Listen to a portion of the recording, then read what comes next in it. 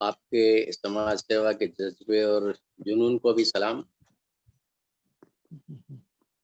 हम काफ़ी देर से ऑडियो के माध्यम से इस परिचर्चा से जुड़े हुए थे।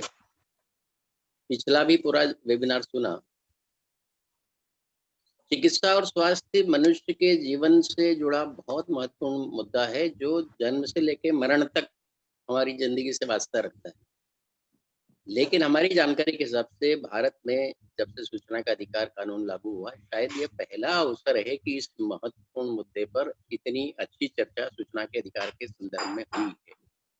इसके लिए आप सभी साधुवाद के पात्र हैं। खास करके और शिवानंद जी और राहुल जी को इसलिए भी धन्यवाद देना चाहेंगे कि आपने इस वेबिनार में अधिकांश समय उनको दिया जो इस विषय पे बोलने के अधिकारी हैं, विशेषज्ञ हैं चिकित्सा और स्वास्थ्य डॉक्टर। और खास करके उन्होंने पिछले सत्र में भी, पिछले वेबिनार में और इस वेबिनार में बहुत ही उपयोगी जानकारियां अलग अलग आयामों को लेकर रखी है। खास करके छत्तीसगढ़ के साथी का ने जो कुछ कहा वो बहुत सुनने लायक था।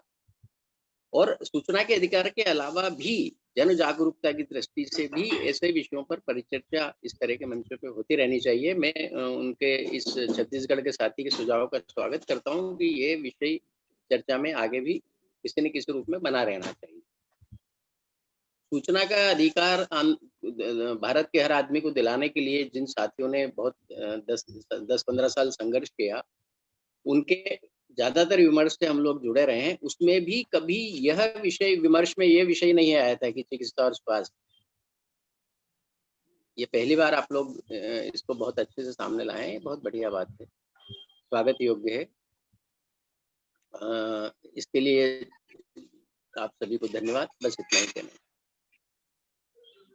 हाँ, एक मुद्दा है वो डॉक्टर साहब अगर कोई बता सकें, ये भारत सरकार ने अभी कुछ अर्सा पहले फार्मास्यूटिकल एक्ट में जनहित में कुछ संशोधन किए हैं। अगर उसकी जानकारी हो तो कुछ साझा कर सकते हैं, क्या नई चीज़ है? फार्मास्यूटिकल एक्ट में एक कमेटी बनाई थी, पूरे देश के एक्सपर्ट्स थे उसमें, उसकी रिपोर्ट के आधार पे कुछ अमेंडमेंट किए हैं, नोटिफिकेशन भी हुआ है उनका।